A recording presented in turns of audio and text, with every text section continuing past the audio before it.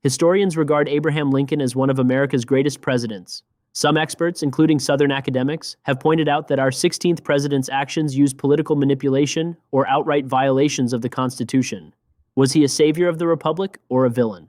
Abraham Lincoln operated from a strengthened position to restore the Union. He used political skills and stretched the law to accomplish his goal. This video will review some of the chief executive's strategies to bring the country back together. Following the call of many former Whigs, Lincoln joined the new Republican Party to oppose spreading slavery in the territories of the West. In his 1860 presidential run, Lincoln beat his former Senate campaign rival, Stephen Douglas, and two other candidates without winning a Southern state. Lincoln's victory proved to the South that their voice no longer carried weight. President James Buchanan sat idly by while the 7 states of the Lower South seceded. When Lincoln took office, he approached the situation cautiously, reiterating that he did not wish to forbid slavery in states where it existed.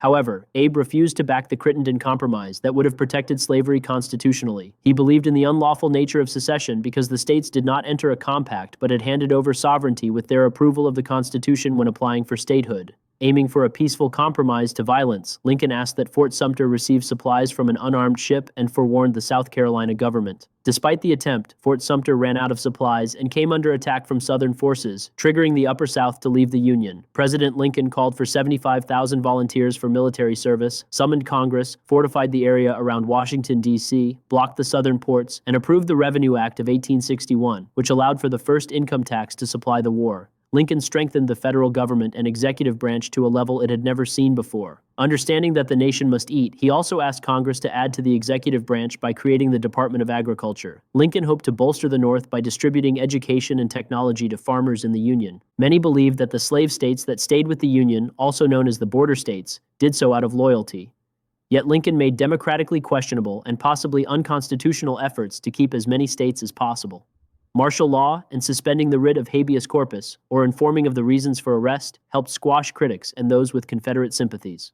Government officials, publishers, journalists, and others faced increased scrutiny. Pro-secessionist state legislators found themselves under arrest, using personal connections, distributing government jobs to locals, lobbying to support pro-union officials, and the gradual dissolution of slavery, and respecting the delicate balance within each state helped Lincoln keep Missouri, Kentucky, West Virginia, Maryland, and Delaware in the Union. Difficulties prevailed as the people disliked the trampling of rights and occasional actions that impacted slavery. Some military generals preferred to free the enslaved or allow them to escape with no consequences. Balancing these actions out, the Confederate invasions and political infighting distracted many in the border states from turning on the Union. President Lincoln also made known that if European countries recognized the Confederacy, it interfered in the affairs of the USA, tantamount to an act of war.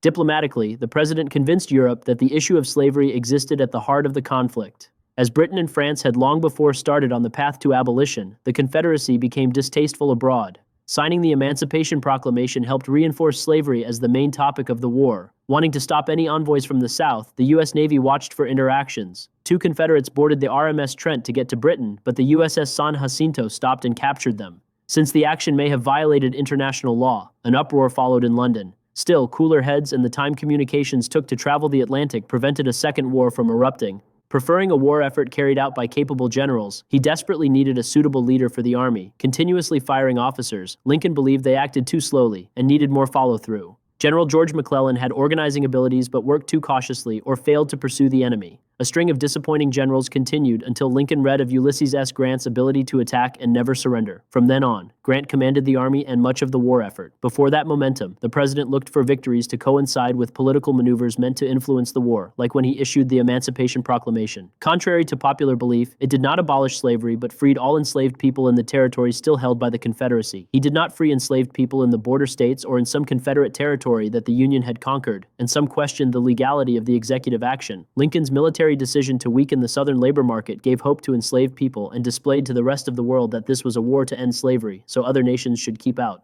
Lincoln ran for re-election but did not prevent the small Northern Democratic Party from preaching a peace campaign led by his now political opponent, George McClellan. Despite years of what seemed like endless bloodshed, Lincoln won his second term. Hoping to answer the question of slavery, the president worked to lobby members of Congress and state governments to ratify the 13th Amendment and achieve abolition. Entertaining a peace agreement with the South, Lincoln met with Confederate Vice President Alexander Stephens, but the Southern officials rebuffed the North's term of unconditional surrender. Stephens and another representative recounted that Lincoln and his Secretary of State, William Seward, offered to make compromises over the issue of slavery. Not wanting to inflame tension between those who wished for peace and those who desired the end of slavery, Lincoln downplayed the so-called Hampton Roads Conference. Notwithstanding negative actions, Lincoln achieved what appeared to be an impossible task. He forged a broken nation and answered the question, should the states or federal government have supremacy? Even today, much of the public views Abraham Lincoln as a decent, trustworthy man, even with such expansive powers. Others have questioned the extent to which he wished to win the war and if that type of power grab would happen again, noting that the heavily Republican Congress seemed to give way to a strong presidency. Stress led to quick aging, and an assassin's bullet robbed Lincoln of his evolving views on African Americans and the Reconstruction effort, of which he seemed lenient. Instead, his death elevated him to martyrdom. A month before his tragic end, President Lincoln's second inaugural address in 1865 reiterated his ultimate goal of maintaining the Union. Fellow countrymen, at this second appearing to take the oath of the presidential office, there is less occasion for an extended address than there was at the first. Then a statement somewhat in detail of a course to be pursued seemed fitting and proper. Now, at the expiration of 4 years, during which public declarations have been constantly called forth on every point and phase of this great conflict, which is of primary concern to the nation as a whole, little that is new could be presented. The progress of our arms, upon which all else chiefly depends, is as well known to the public as to myself, and it is, I trust, reasonably satisfactory and encouraging to all. With high hope for the future, no prediction in regard to it is ventured. On the occasion corresponding to this 4 years ago, all thoughts were anxiously directed to an impending civil war. All dreaded it. All sought to avert it.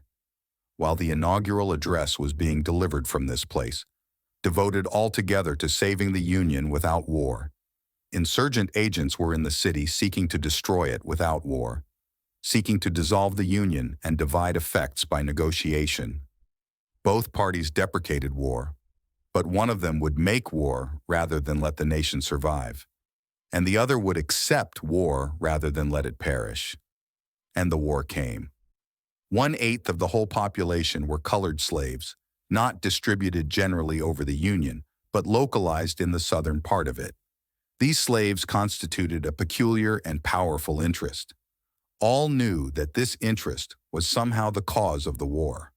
To strengthen, perpetuate, and extend this interest was the object for which the insurgents would rend the Union even by war, while the government claimed no right to do more than to restrict the territorial enlargement of it.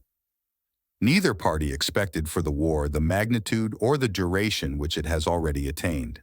Neither anticipated that the cause of the conflict might cease with or even before the conflict itself should cease.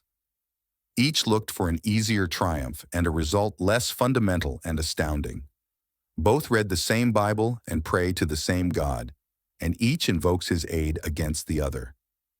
It may seem strange that any men should dare to ask a just God's assistance in wringing their bread from the sweat of other men's faces. But let us judge not, that we be not judged. The prayers of both could not be answered. That of neither has been answered fully. The Almighty has his own purposes. Woe unto the world because of offenses, for it must needs be that offenses come, but woe to that man by whom the offense cometh. If we shall suppose that American slavery is one of those offenses which, in the providence of God, must needs come, but which, having continued through his appointed time, he now wills to remove, and that he gives to both North and South this terrible war, as the woe due to those by whom the offense came, shall we discern therein any departure from those divine attributes, which the believers in a living God always ascribe to him? Fondly do we hope, fervently do we pray, that this mighty scourge of war may speedily pass away. Yet if God wills that it continue until all the wealth piled by the bondsman's 250 years of unrequited toil shall be sunk, and until every drop of blood drawn with the lash shall be paid by another drawn with the sword, as was said 3,000 years ago, so still it must be said, the judgments of the Lord are true and righteous altogether. With malice toward none, with charity for all, with firmness in the right as God gives us to see the right, let us strive on to finish the work we are in, to bind up the nation's wounds, to care for him who shall have borne the battle and for his widow and his orphan, to do all which may achieve and cherish a just and lasting peace among ourselves and with all nations. Is Lincoln our greatest president or a cautionary tale about presidential power? I'm Mr. Frederick Scott Smith. Have a good day. I know I will.